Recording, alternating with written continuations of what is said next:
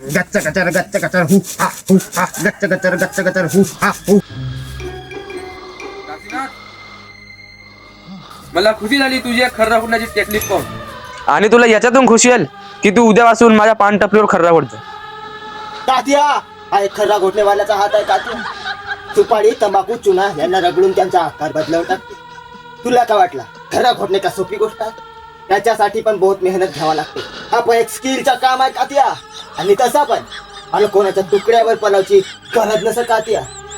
तिच्या मुंग्यावानी असं लंगलंग खर्रा घोटण्यापेक्षा आम्हा मर्दामध्ये येऊन खर्रा घोट.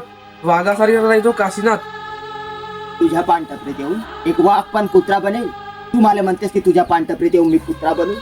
तू म्हणशील तेव्हा खरा घोटू, तू म्हणशील तेव्हा इलाई लवंग कुठू. तो असा समज तर का आम्हासोबत काम करशील तर नाव होईल तुझा. काशीचा खर्रा म्हणून असं बोर्ड लावीन आपल्या पानटपरीवर. पैसा होईल, इज्जत होईल. का पाहिजे तुला? कायची इज्जत राहील माझी कातिया?